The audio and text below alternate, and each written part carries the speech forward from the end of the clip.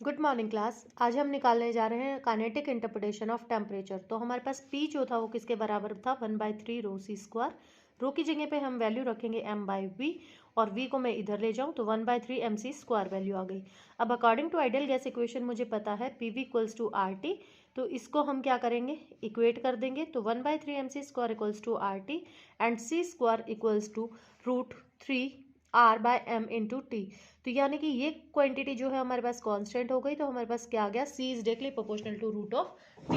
तो यानी कि यहाँ से मैं क्या कह सकती हूँ कि हमारे पास जो काइनेटिक इंटरप्रिटेशन हम कह रहे थे कि टेम्परेचर जो है वो हमारे पास c के क्या हो गया है, रूट ऑफ टेम्परेचर जो है वो डायरेक्टली प्रोपोर्शनल है किसके, c के। अगर अब मैं ये वैल्यू निकालूं तो हमारे पास किसके बराबर होगी, 1/3 अगर मैं इसको लिखूं mass by Avogadro number into C square equals to R divided by N A, यानी कि के बन गया ये अपने पास इंटू टी।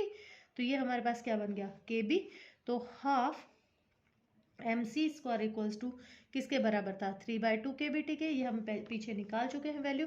तो इन दोनों को अगर मैं कंपेयर करूँ तो हाफ एम सी स्क्वायर जो है हमारे पास वो डायरेक्टली प्रोपोर्शनल हो जाएगा किसके, टेम्परेचर के।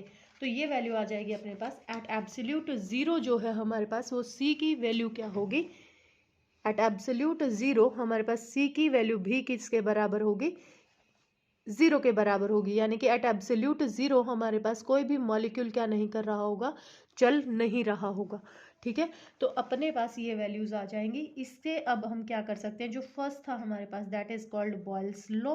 और बॉयल्स लॉ अगर मैं निकालूं यहाँ पर, तो बॉयल्स लॉ हमारे पास क्या आया था, P V is directly inversely proportional to pressure. ठीक है, तो वी यहाँ पर कोई कांस्टेंट लगा दूं के, तो पी वी इक्वल्स टू किसके बराबर आ गया हमारे पास, कांस्टेंट के बराबर। अब अपने को काइनेटिक इंटरप्रिटेशन लगानी है, तो अपने पास क्या था, P equals to 1/3 m/v c square. इसको इधर ले जाऊं, P V equals to 1/3 mc square. ये वैल्यू आ गई अपने पास। ठीक है, तो P V is directly proportional to C square और C square is directly proportional to T. तो यहाँ से हम क्या लिख सकते हैं, that P V is directly proportional to T. तो ये हमारे पास क्या कहलाती है, काइनेटिक इंटरप्रिटेशन कहलाती है किसकी, बॉयल्स लॉ की। ठीक है, अब आगे हम क्या करेंगे चार्ल्स लॉ करेंगे। चार्ल्स लॉ करने के लिए अपने को क्या चाहिए कि हमारे पास क्या था, चार्ल्स लॉ के लिए क्या था हमारे पास, volume is directly proportional to temperature. फिर से वही P equals to 1/3 m/v c square और V equals to 1/3 m/p c square.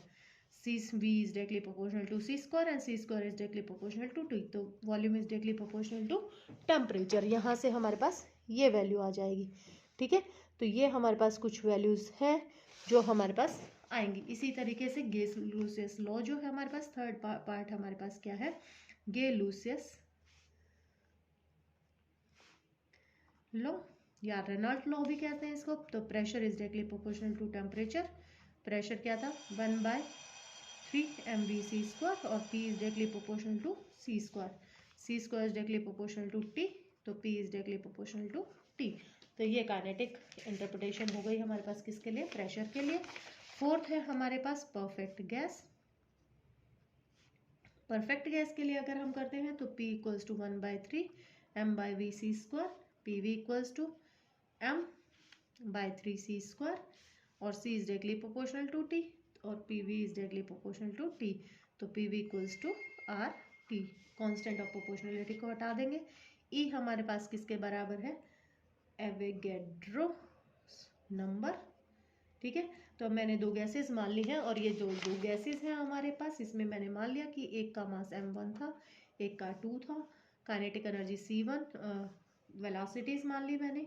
एक एक मॉलिक्यूल का मास मैंने ये मान लिया, नंबर ऑफ मॉलिक्यूल्स मैंने ये मान लिए। ठीक है, तो यानी कि यहाँ से अब मैं क्या लिख सकती हूँ, हमारे पास कि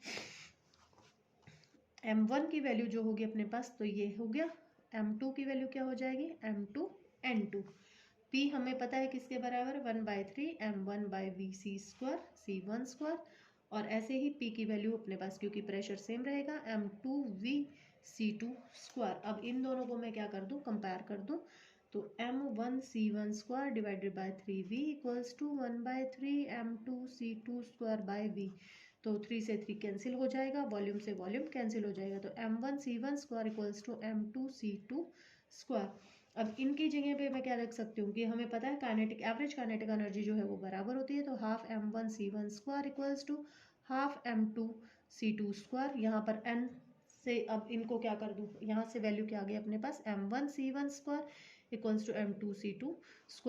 तो एक इक्वेशन ये है, एक इक्वेशन ये है, दोनों को डिवाइड कर दें तो m1c1 divided by m1c1 equals to m2c2 divided by m2c2।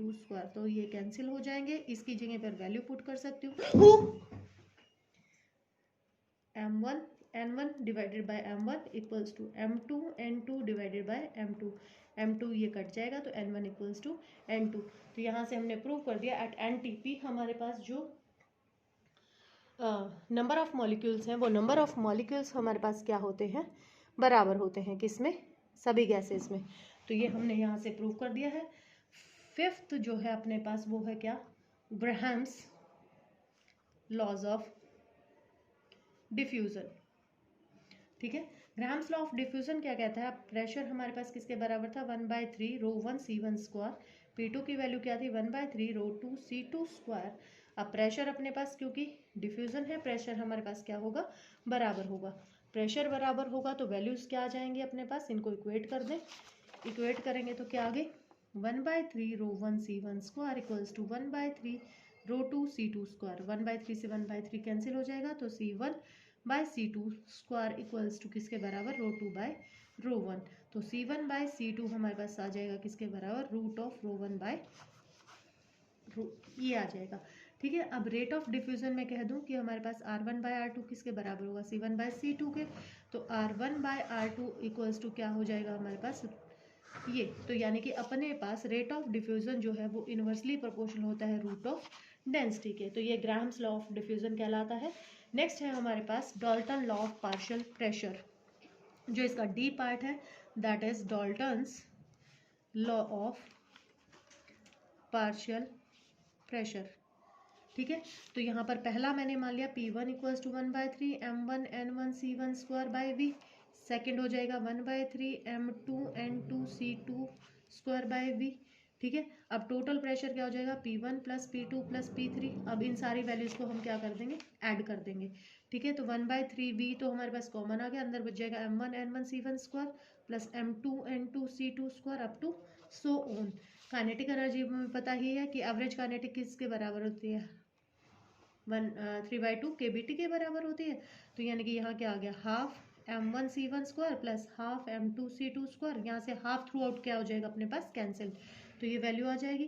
Total number जो है अपने पास यानी कि प्रेशर जो है अपने पास यहाँ पर वैल्यू अगर मैं पुट करूँ तो हमारे पास किसके बराबर होगी 1/v n1 n2 और यहाँ पर m कह दूँ मास सबका mc² मैंने निकाल लिया कॉमन।